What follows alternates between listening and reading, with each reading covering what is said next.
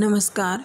BA द्वितीय वर्ष के द्वितीय प्रश्न पत्र के पाठ्यक्रम में कुछ एकांकियाँ निर्धारित की गई है, जिनमें पहली एकांकी है उत्सर्ग, जो प्रसिद्ध एकांकीकार डॉक्टर रामकुमार वर्मा द्वारा रचित है। आज के वीडियो में हम डॉक्टर रामकुमार वर्मा के बारे में, उनके एकांकियों के बारे में, उनकी एकांकी कला के बारे में बात करेंगे और अगले वीडियो में उत्सर्ग एकांकी पर चर्चा करेंगे। डॉक्टर रामकुमार वर्मा हिंदी के प्रतिष्ठित साहित्यकार हैं। इन्होंने कविता, नाटक, एकांकी, आलोचना, अनेक साहित्यिक विधाओं में रचना की। अगर उनके प्रमुख एकांकी संग्रहों की बात करें तो उनमें पृथ्वीराज की आँखें, मयूरपंख, रेशमी टाई, चारुमित्रा, अमृत की खोज, कैसर का सौरभ, रूपरंग, कौमुदी महोत्सव, रजत रश्मि, ऋतुराज, इंद्रधनुष, दीपदान इत्यादि प्रमुख हैं। इनमें से अनेक एकांकियाँ आपने पढ़ी होंगी, जिनमें दीपदान के बारे में आप सभी जानते होंगे। दीपदान पन्नाधाय के त्याग और बलिदान पर आधारित है। पन्नाधाय ने अपने राजकुंवर को बचाने के लिए, राज सिंहासन के उत्तराधिकारी को बचाने के लिए अपने पुत्र का बलिदान कर दिया था। इनके अनेक ऐसे एकांकी है जिनमें इन्होंने भारतीय आदर्शों की स्थापना करने का प्रयास किया है। त्याग, बलिदान, सेवा, कर्तव्य आदि आदर्शों पर इन्होंने अपने एकांकी लिखे हैं। डॉक्टर रामकुमार वर्मा को हिंदी एकांकी का जनक भी कहा जाता है, क्योंकि इन्होंने ही वास्तव में हिंदी में एकांकी की शुरुआत की, आधुनिक एकांकी का प्रारंभ किया। पाश्चात्य तकनीक और विचारों से प्रभावित होकर इन्होंने हिंदी एकांकी में अनेक नए प्रयोग किए। इसीलिए इनके एकांकियों से ही हिंदी में एक नए युग का प्रारंभ होता है। इनका जो प्रथम एकांकी है बादल की मृत्यु, जो सन 1930 में आया, कुछ समीक्षकों ने इसे हिंदी का भी प्रथम एकांकी माना है। अगर विविधता और गुण दोनों ही दृष्टियों से बात करें तो डॉक्टर रामकुमार वर्मा का एकांकी साहित्य बहुत उल्लेखनीय है। इन्होंने मुख्य रूप से ऐतिहासिक एकांकी लिखे, इतिहास की घटनाओं पर आधारित। इतिहास की पृष्ठभूमि को लेकर के इन्होंने अपने एकांकी लिखे हैं तथा सामाजिक और साहित्यिक विषयों और वैज्ञानिक अतिकल्पना पर भी एकांकियों की रचना की है। अगर ऐतिहासिक एकांकियों की बात करें तो ऐतिहासिक एकांकियों का निर्माण करने में इन्होंने भारतीय अतीत से मर्मस्पर्शी घटनाओं को चुना है। इन एकांकियों में भारतीय संस्कृति के विविध पक्षों के अनेक आकर्षक चित्र अंकित हैं। इनमें जो महत्वपूर्ण बात यह है कि आदर्शवादी दृष्टिकोण की स्थापना इन्होंने अतीत की घटनाओं को लेकर के की है।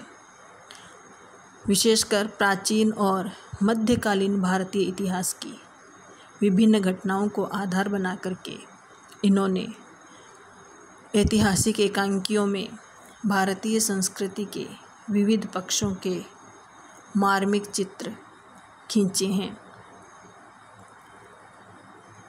जो इनकी सामाजिक एकांकियां हैं उनमें हास्य व्यंग्य की प्रवृत्ति प्रमुख है।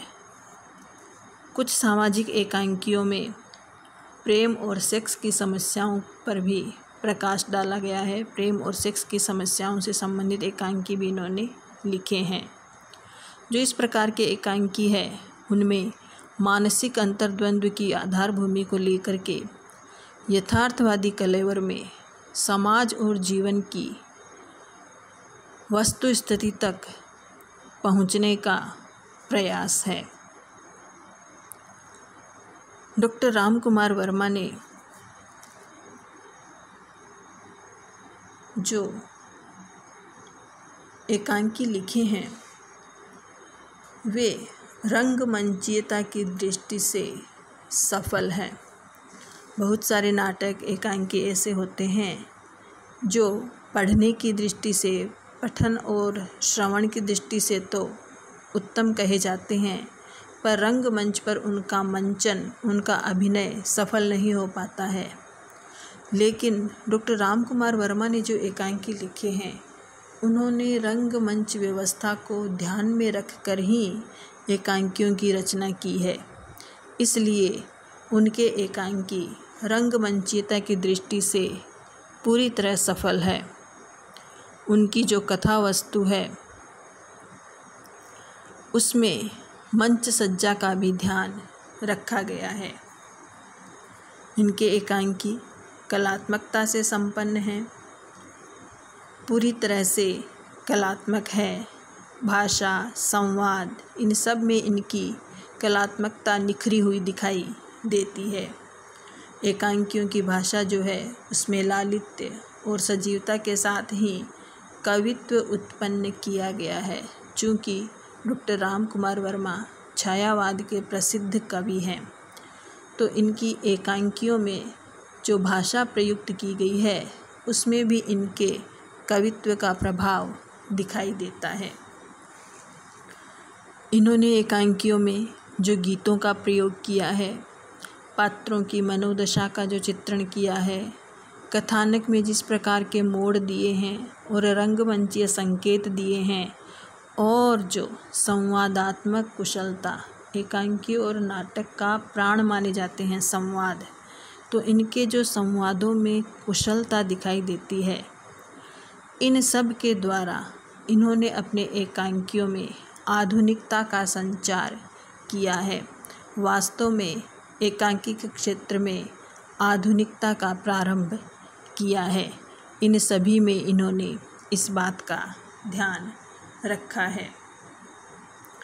इनके जो एकांकी है उसके प्रमुख बात है कि इनके एकांकियों की आत्मा तो भारतीय है, उसका मूल प्राण तो भारतीय है, और उसमें जो तकनीक प्रयोग में लाई गई है वह पाश्चात्य है।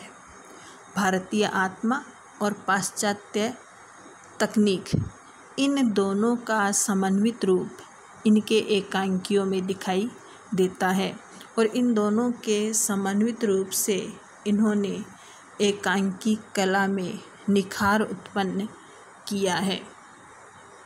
इन्होंने जो ऐतिहासिक और सामाजिक दो तरह के एकांकियों की जो रचना की है, जिनमें ऐतिहासिक में जहाँ इन्होंने भारतीय इतिहास के स्वर्णिम पन्नों से कथा वस्तु को ग्रहण कर चरित्रों की जो सुदृढ़ रूपरेखा प्रस्तुत की है, उनमें पाठकों में चारित्रिक संस्कार भरने का प्रयास किया है, तो सामयिक जीवन की समस्याओं को समाधान की दिशा देने का भी प्रयास दिखाई देता है। इनके जो एकांकी है वे कथ्य, शिल्प और अभिनेता, तीन ही प्रमुख बातें होती है। कथ्य जो उसका विषय है, शिल्प जो उसकी कला है, और अभिनेता मंच पर अभिनय। इन तीनों ही दृष्टियों से इनके एकांकी जो है हिंदी साहित्य की महत्वपूर्ण निधि माने जाते हैं। अर्थात इन तीनों ही दृष्टियों से इनके एकांकी जो है सफल हैं। इसलिए हिंदी साहित्य की ये महत्वपूर्ण निधि है। इन्होंने अपनी एकांकियों के द्वारा अपनी विचारधारा और दर्शन की अनुभूति से संपूर्ण युग, जीवन और दर्शन को एक सूत्र में पिरोने का प्रयास किया है।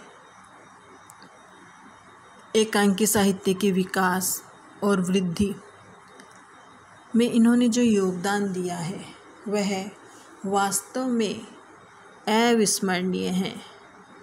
हिंदी एकांकी को समृद्ध करने, विकसित करने, परिष्कृत करने की दृष्टि से डॉक्टर रामकुमार वर्मा हमेशा याद किए जाएंगे। धन्यवाद।